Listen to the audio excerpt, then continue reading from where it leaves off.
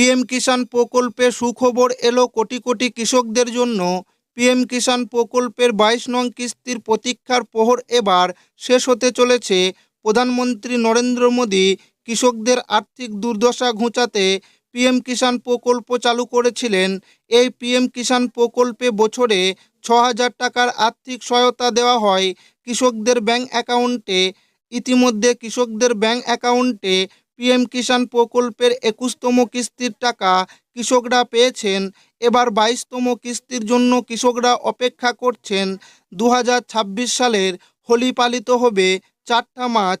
বিভিন্ন media report এবং মন্ত্রণালয় সূত্রে খবর, সরকার উৎসবের মরশুমেই কৃষকদের মুখে হাসি ফোটাতে চলেছে। এর সঙ্গে জানা যাচ্ছে পিএম কিষাণ প্রকল্পের 22তম কিস্তিতে এবার অনেক কৃষকরা এককালীন 4,000 টাকা পাবেন। তো পিএম কিষাণ প্রকল্পের 22তম কিস্তির টাকা কৃষকদের ব্যাংক অ্যাকাউন্টে কবে দেবে এবং পিএম কিষাণ প্রকল্পে ডবল টাকা অর্থাৎ 4,000 টাকা কোন কোন কৃষকরা পাবেন, সেটাই কিন্তু আজকের এই ভিডিওর মাধ্যমে আপনাদেরকে জানাবো এবং আপনাদেরকে প্রমাণ সমেত দেখাবো। তাই ভিডিওটি প্রথম থেকে শেষ পর্যন্ত দেখবেন এবং আপনি কোন জেলা থেকে দেখছেন অবশ্যই কমেন্টে লিখে জানাবেন। পিএম কিষাণের টাকা ঢুকতে পারে এই দিন। সুখবর এলো কোটি কোটি কৃষকের জন্য। প্রধানমন্ত্রী কিষাণ সম্মান নিধি যোজনার আওতায় দেশের লক্ষ লক্ষ কৃষক বার্ষিক 6,000 আর্থিক সহায়তা পান। এই টাকা 3টি কিস্তিতে দেওয়া হয়, অর্থাৎ প্রতি 4 মাস অন্তর সরাসরি বেনিফিট ট্রান্সফার ডিবিটির মাধ্যমে কৃষকের ব্যাংক অ্যাকাউন্টে 2,000 টাকা পাঠানো হয়। কৃষকরা এখন কিষাণ সম্মান নিধি যোজনার 22তম কিস্তির টাকার জন্য অপেক্ষা করছেন। কৃষি মন্ত্রক 22তম কিস্তির জন্য সম্পূর্ণ প্রস্তুতি নিয়েছে।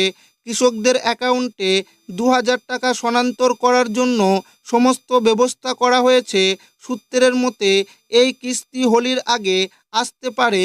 হোলি 4 মার্চ, তাই আশা করা হচ্ছে যে মার্চের প্রথম সপ্তাহে বা তার আগে টাকা আসবে, কারণ 4 মাসের মেয়াদ ফেব্রুয়ারি মার্চ মাসে শেষ হয়। প্রধানমন্ত্রী কিষাণ যোজনার 22তম কিস্তি কখন আসবে, যদিও কৃষি মন্ত্রণালয় কর্তৃক এখনও কোনো আনুষ্ঠানিক তারিখ ঘোষণা করা হয়নি, তবে সংবাদ মাধ্যমের প্রতিবেদন অনুসারে প্রধানমন্ত্রী কিষাণ সম্মান নিধি যোজনার 22তম কিস্তি 4 মার্চের আগে অর্থাৎ 1 থেকে 3 মার্চের মধ্যে মুক্তি পেতে পারে।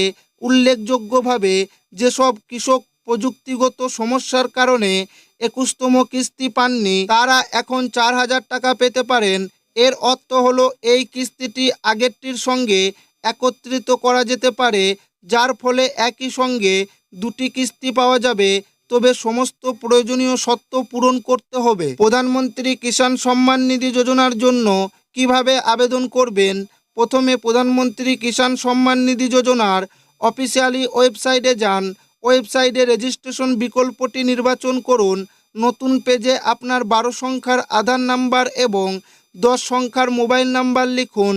এটি করার পরে আপনার রাজ্য নির্বাচন করুন। ক্যাপচার কোডটি দিন। ওটিপি পানে ক্লিক করুন।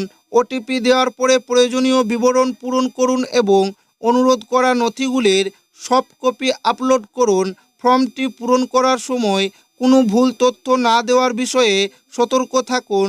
সমস্ত প্রক্রিয়া সম্পূর্ণ করার পরে ফর্মটি জমা দিন। কোন কৃষকরা 22তম কিস্তির সুবিধা পাবেন না?